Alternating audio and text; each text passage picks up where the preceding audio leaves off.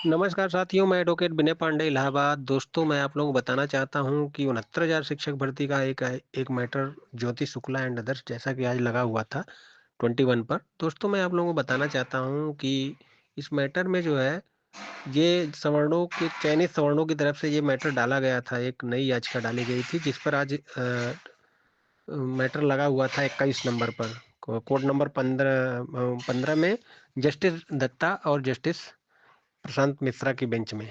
तो दोस्तों, निश्चित रूप से इस पर सुनवाई के दौरान ये देखा गया कि जो है कि आरक्षित आरक्षित वर्ग के जो चयनित अभ्यर्थी हैं उनकी तरफ से जो है 2-3 अधिवक्ताओं को खड़ा किया गया था, ताकि जो है इस पर जल्दी से जल्दी सुनवाई हो। और आर के सिंह जो है, जो कि एडवोकेट ऑन रिकॉर्ड हैं, उनकी तरफ से आज बहस में जो है ये रखा गया कि सर, इसको टॉप टू में रखने का जो है पहले आदेश हो चुका है, लेकिन ये पिछले कई महीने से जो है 3 महीने से इसका नंबर नहीं आ पा रहा है, और इसको जो है आप इसको टॉप ऑफ द बोर्ड लगाएं।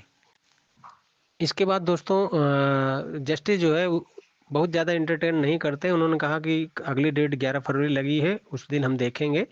और काफ़ी प्रयास किया गया आरक्षितों की तरफ से कि जो है इसको जल्दी डिसाइड करने के लिए इसको जल्दी डेट लग जाए। उन्होंने कहा बहुत शॉर्ट शॉर्ट जो है ये मैटर है, इसमें सब कुछ डिसाइड हो चुका है, बस सुप्रीम कोर्ट को इसमें थोड़ा सा डिसाइड करना है कि क्या डीबी का आर्डर सही है कि नहीं है। सिंगल बेंच के आदेश पर भी सरकार ने नहीं माना, डीबी का भी आदेश नहीं माना।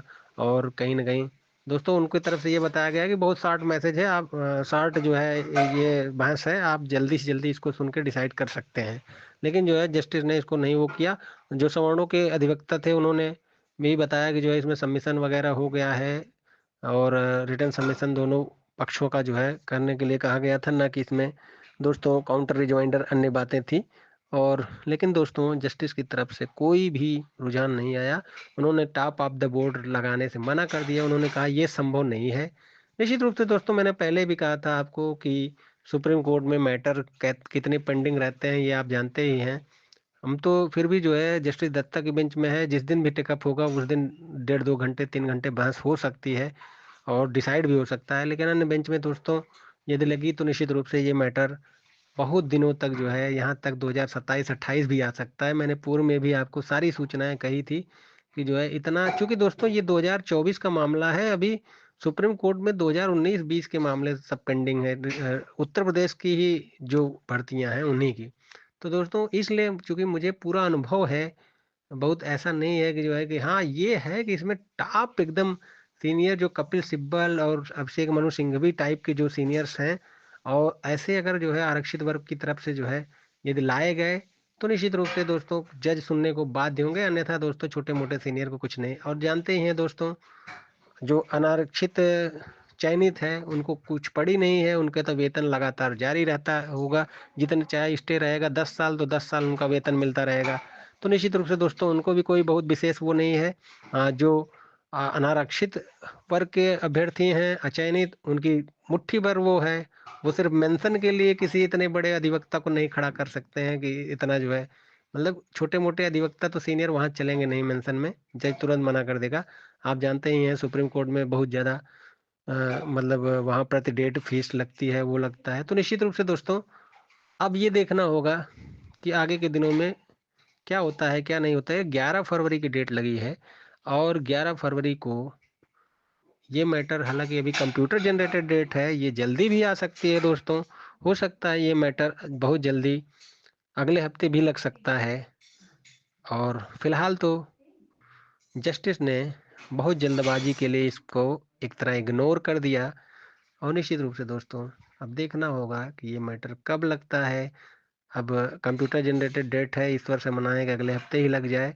इसी की वजह से दोस्तों ईडब्ल्यूएस का भी केस भी नहीं सुनवाई हो पा रही है। पिछले दिनों ईडब्ल्यूएस के केस की सुनवाई में हमारे तरफ से, जैसा कि मैंने पहले भी कहा था कि इसको हम लोग, ईडब्ल्यूएस का जो डीबी में केस चल रहा है उसको जो है हम लोग फरवरी 3rd वीक में लगवा लिए हैं, ताकि जो है फ्रेश में ही, ताकि जो है हर हफ्ते डेट आ रही थी दोस्तों। अगर किसी दिन हो सकता था कि ये लिस्ट में मुकदमा चला जाता तो काफ़ी टाइम लगता है। हाई कोर्ट में भी केसों की पेंडेंसी अधिक है, लिस्ट में मुकदमा जाते ही समझो 2-3 साल लग जाते हैं, जैसा सिंगल बेंच में ईडब्ल्यूएस केस में लग गया था। इस वजह से दोस्तों हम लोगों ने इसको फरवरी 3rd वीक में ईडब्ल्यूएस केस को रख दिया है, रखवा लिया है और फ्रेश में। और निश्चित रूप से दोस्तों हम ये चाहते थे कि फरवरी में अगर जो है ये केस सुप्रीम कोर्ट से डिसाइड हो जाता तो ईडब्ल्यूएस भी जल्दी डिसाइड। देखिए सुप्रीम कोर्ट से ये केस बिना डिसाइड हुए ना तो उत्तर कुंजी वालों को मिलेगा, ना ईडब्ल्यूएस वाले पे कुछ डिसीजन होगा। इसलिए सुप्रीम कोर्ट से ही डिसीजन ही 69,000 शिक्षक भर्ती के तमाम विवादों को खत्म करने का एक वो होगा। और निश्चित रूप से जिस दिन भी ये खत्म होगा विवाद, अगले भर्ती के लिए भी रास्ते खुलेंगे, क्योंकि सरकार अभी आज की डेट में भर्ती निकाल कर विवादों को हवा नहीं देना चाहती कि डिस्ट्रिक्ट काडर की भर्ती है कि स्टेट काडर की भर्ती। ये सारे विवाद सुप्रीम कोर्ट के आर्डर के बाद ही वो होंगे। और नई भर्ती इसीलिए सरकार नहीं निकालना चाहती। पहली बात तो आरक्षित वर्ग वाले कुछ भी वो होता है तो सरकार की गलत छवि प्रस्तुत करते हैं और कहते हैं कि आरक्षण विरोधी हैं। और सरकार ये नहीं चाहती है भर्ती भले ना हो 2-4 साल, लेकिन सुप्रीम कोर्ट से सारे मैटर पर एकदम स्पष्ट संकेत होना चाहिए। अगर सुप्रीम कोर्ट से 2028 तक भर्ती नहीं होगी तो दोस्तों 2028 तक नई नई सुप्रीम कोर्ट से अगर इस पर ऑर्डर नहीं आएगा 69,000 पे तो 2028 तक आपको जो है नई भर्ती देखने को नहीं मिलेगी। क्योंकि सरकार एक बार, पहली बात तो आरक्षितों की एक मंशा स्पष्ट है, भाजपा के खिलाफ एक नैरेटिव बनाना चाहते हैं कि आरक्षण विरोधी, जबकि भाजपा सर्व समाज के विकास के लिए काम करती है। और वो इसमें जो है कुछ विपक्षी नेता लोग भी जो है दोस्तों इसमें हवा देकर सिर्फ राजनीति करते हैं, न कि अभ्यर्थियों किसी आरक्षितों के भी हितैषी नहीं है वो। तो दोस्तों इस वजह से सरकार भर्तियां तब तक नहीं निकालेगी जब तक सुप्रीम कोर्ट डिसाइड नहीं कर देता कि स्टेट काडर की भर्ती है या स्टेट मतलब डिस्ट्रिक्ट काडर की है। पेपरों में जो निकल रहा है 75,000 भर्ती, ये भर्ती वो भर्ती, दोस्तों सिर्फ इसको देखते रहिए, कई बार निकलता रहता है। और जब तक सुप्रीम कोर्ट से 69,000 शिक्षक भर्ती का डिसीजन नहीं आएगा, ये मान के चलिए बेसिक शिक्षा में कुछ भी नया नहीं होने वाला है, न पुरानी भर्तियों में न नई भर्तियों में। ऐसे ही यथास्थिति रहेगी।